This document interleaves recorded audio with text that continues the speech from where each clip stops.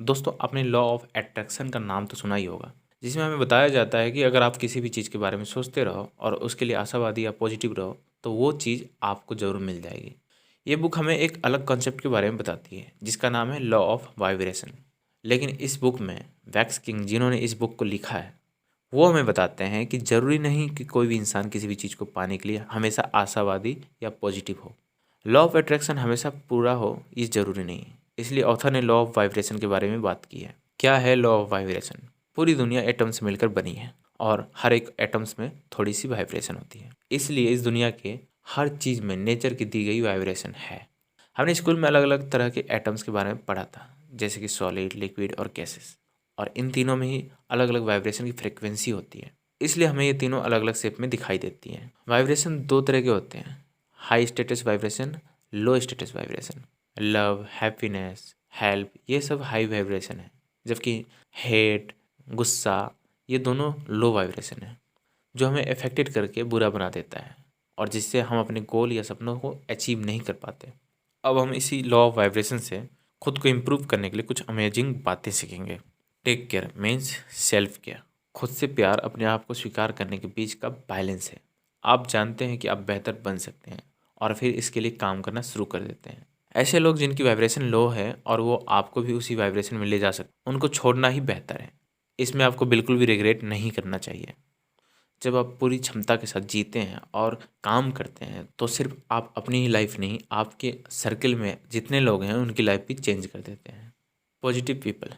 अपने आप को हमेशा पॉजिटिव लोगों से घिरा हुआ रखना चाहिए, जो आपको हमेशा आपके काम के लिए इंकरेज करें, साथ ही आपको आपके गलत काम के लिए भी रोके।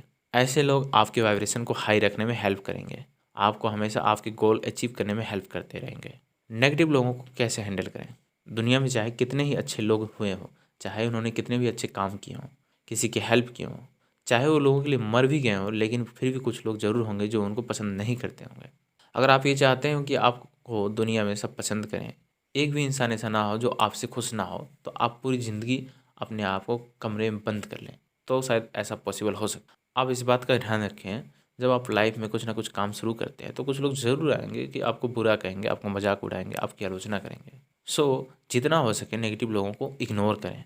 ऐसा हो सकता है कि आपको उनकी किसी बात का बुरा लग जाए, लेकिन वो अपनी बात कहकर जा चुका होगा। अब उसको बैठकर सोचो मत, बल्कि अपने काम में लग जाओ। फूड, जो भी आप खाते हैं वो बहुत ज़्यादा इंपॉर्टेंट होता है, क्योंकि फूड आपकी बॉडी वाइब्रेशन पर असर डालता है।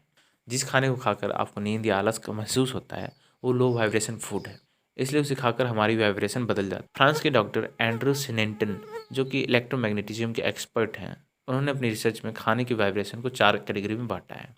पहली कैटेगरी में उन्होंने सबसे ज़्यादा वाइब्रेशन वाले खाने को रखा है, जिसमें ताज़े फल, ग्रीन वेजिटेबल्स, गेहूँ, ऑलिव्स, बादाम, सोयाबीन, कोकोनट और सनफ्लावर सीड्स आते। दूसरी कैटेगरी में कम वाइब्रेशन वाले खाने आते, लाइक पकी हुई सब्जियाँ, दूध, मक्खन, अंडे, शहद, पकी हुई मछली, मूंगफली का तेल और चीनी आते हैं। तीसरी कैटेगरी में सबसे कम वाइब्रेशन वाले फूड्स हैं, लाइक पका हुआ मीट, सॉसेज, कॉफ़ी, चाय, chocolate, jams, processed cheese and white breads. चौथी कैटेगरी जिसमें बिल्कुल भी वाइब्रेशन नहीं होता, like packed foods, processed butter, wine, refined चीनी और मैदा। तो इसलिए आप सोच समझकर खाने का चुनाव करें। जो ज़्यादा वाइब्रेशन वाले फूड्स हैं उन्हीं को खाएं। हमारा शरीर 70% पानी है, इसलिए आप कितना पानी पीते हैं उस पर ध्यान रखें। पानी में वैसे तो कोई एनर्जी नहीं होती, लेकिन पानी शरीर से टॉक्सिक निकालता है, खाने को पचाने में हेल्प करता है। जितने हो सके ताज़ा और साफ़ पानी पिएं। मेडिटेशन, ध्यान लगाने के बारे में शायद आपने पहले सुना होगा, काफ़ी बार करने की कोशिश भी की होगी, लेकिन शायद आपको इसे करना नहीं आता हो, या पहले कभी करने का प्रयास किया हो लेकिन कोई रिजल्ट ना दिखा हो, इसलिए करना छोड़ दिया हो। वैक्स किंग हमें बताते हैं कि अगर आप 30 दिन हर रोज़ 15 मिनट के लिए ध्यान करते हो, तो आप अपने अंदर एक अलग ही वाइब्रेशन फील करोगे। आपको गुस्सा कम आएगा, आप रिएक्टिव कम बनोगे। मेडिटेशन आपके ईगो कम करने में हेल्प करेगा। मेडिटेशन को करने के लिए 7 स्टेप। अब आप कोई भी ऐसी जगह देखो जहाँ रिलैक्स कर सकते, आप खड़े हो बैठे हो इससे कोई फ़र्क नहीं पड़ता। आपकी आंखें बंद होनी चाहिए, आपकी रीढ़ की हड्डी स्ट्रेट होनी चाहिए और आपकी फिजिकल पोस्चर सही रखें। मेडिटेशन करते वक्त आप अपनी सांसों पर ध्यान दें, उसे महसूस करें। उस वक्त आप बाहर की साउंड को सुनें और अपने अंदर की साउंड को भी सुनें। आप अपने मेडिटेशन करते वक्त आप अपने ऑक्सीजन की साउंड को सुनें। आप मेडिटेशन कहीं भी कर सकते हैं, किसी भी काम को करते वक्त कर सकते हैं। हर रोज़ 15 मिनट करें और शुरुआत में हो सके तो 2 या 3 मिनट करें। कुछ समय अलग रहें। कभी भी रिलैक्स की ताकत को कम ना समझें। अपने काम से, अपने घर वालों से, अपने दोस्तों से अलग अपने आप को भी समय। थोड़ी देर धूप में बैठे हैं जिससे आपके शरीर के अंदर विटामिन डी और स्टेरोन हार्मोन बूस्ट हो जाएगा, जिसे हैप्पीनेस हार्मोन भी कहते हैं, जो आपको नेचुरल हैप्पीनेस देगा। अ गुड पार्टनर, जैसा कि हम जानते हैं कि एक इंसान जिसमें हाई वाइब्रेशन होती है वो खुद को बदलता है, साथ में अपने आसपास के लोगों को भी बदल देता है। उसी प्रकार एक हाई वाइब्रेशन वाला पार्टनर आपकी लाइफ को बदल सकता है, क्योंकि उसकी वाइब्रेशन आपको इफेक्ट करेगी। उसकी बातें, उसकी सोच, आपकी बॉडी लैंग्वेज सब बदल देगी और आपको एक ऐसा इंसान बनने में हेल्प करेगी जो आप बनना चाहते हैं। रिलेशनशिप में बहुत ज़्यादा टॉक्सिक होने के बावजूद पार्टनर उस रिलेशनशिप से बाहर नहीं निकलना चाहते हैं। वो सोचते हैं कि छोड़ने के बाद बहुत दुखी होंगे या फिर से नई रिलेशनशिप स्टार्ट करनी होगी, या फिर ये कहें कि वो सर्कल रिपीट करना नहीं चाहते, घबराते हैं, डरते हैं। लेकिन ये बात याद रखें कि जो भी आपकी एफर्ट से मैच नहीं करता या आपकी वाइब्रेशन को कम करता है, उसे छोड़ना सबसे बड़ी समझदारी है। हमेशा याद रखें कि आपके खुद के बीच में या खुद को इम्प्रूव करने वाले किसी भी रुकावट को आने ना दें। कई रिलेशनशिप में पार्टनर्स इनसिक्योरिटी की वजह से अपने को दुखी करते रहते हैं, लेकिन अपने पार्टनर को बोलते भी नहीं। लेकिन फिर आप शक या नफरत से भर जाते हैं, जिससे आपका वाइब्रेशन रेट बहुत कम हो जाता है। जो भी बात हो अपने पार्टनर से सीधा जाकर बोल सकते, अपने अंदर रखकर हेट और डाउट से ना भर जाएं। फैमिली प्रेशर, आपको हमेशा ऐसा करने की ज़रूरत नहीं पड़ती। हमें सिर्फ अपने पेरेंट्स को समझाना होता है, क्योंकि उनके वक्त में ऐसी टेक्नोलॉजी नहीं थी, ऐसा काम नहीं था जो आज के समय में होता है। पहले कोई YouTuber, dancer, singer, blogger, digital marketing expert etcetera नहीं बनते थे। तो हमें अपने पेरेंट्स को समझाना पड़ता है कि ये सब क्या होता है, इसके क्या बेनिफिट हैं, पहले उसको किसने किया, फिर आपको एग्जाम्पल भी देने होते हैं ताकि उनको विश्वास दिला सको। आपके अंदर उस काम को लेकर आपके माता पिता को सीरियसनेस दिखनी भी चाहिए। ये नहीं कि आपको करना है लेकिन आपके पास कोई प्लान्स ही नहीं है, बस किसी भी काम को करने के लिए चल दिए। अगर आप अपने काम को लेकर पैशनेट होंगे और सीरियस होंगे, तभी दूसरे आपके काम को लेकर रेस्पेक्ट करेंगे।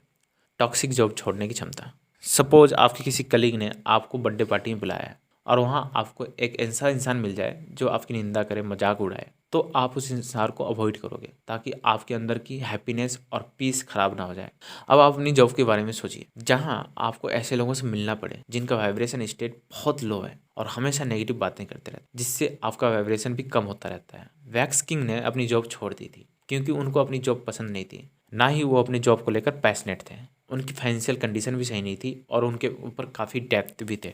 लेकिन जॉब छोड़ने के बाद वैक्स किंग ने अपना पैशन फॉलो किया। उन्होंने अपना लाइफ स्टाइल ब्लॉग और पर्सनल डेवलपमेंट आर्टिकल लिखना शुरू, और अंत में उन्हें अपनी जॉब छोड़ने के लिए कोई रिग्रेट नहीं हुआ। आप भी अपने पैशन को पहचानिए और उसके अकॉर्डिंग अपनी लाइफ में डिसीजन लीजिए। सो फाइनली हमने इस बुक से क्या सीखा? सबसे पहले सेल्फ होना चाहिए। अगर आप खुद से प्यार नहीं करते, खुद की हेल्प नहीं करते, तो आप किसी की हेल्प नहीं कर सकते। हाई वाइब्रेशन वाला डाइट लेना चाहिए। पॉजिटिव लोगों से अपने आप को घेरे रखो, नेगेटिव लोगों से दूर रहें। किसी काम या रिश्ते को ज़बरदस्ती ना रखें। अपने लाइफ से हर टॉक्सिक चीज़ को बाहर निकाल फेंकें। सो दोस्तों, होप कि आपको ये बुक समरी पसंद आई हो। अगर वीडियो पसंद आई तो वीडियो को लाइक करें, शेयर करें और चैनल पे नए हो तो सब्सक्राइब कर लें। और अगर आप इस बुक को परचेज करना चाहते हैं तो मैं डिस्क्रिप्शन बॉक्स में इसकी लिंक दे दूंगा, जहाँ से आप इसे डायरेक्टली परचेज कर सकते हैं। So finally thanks for watching this video.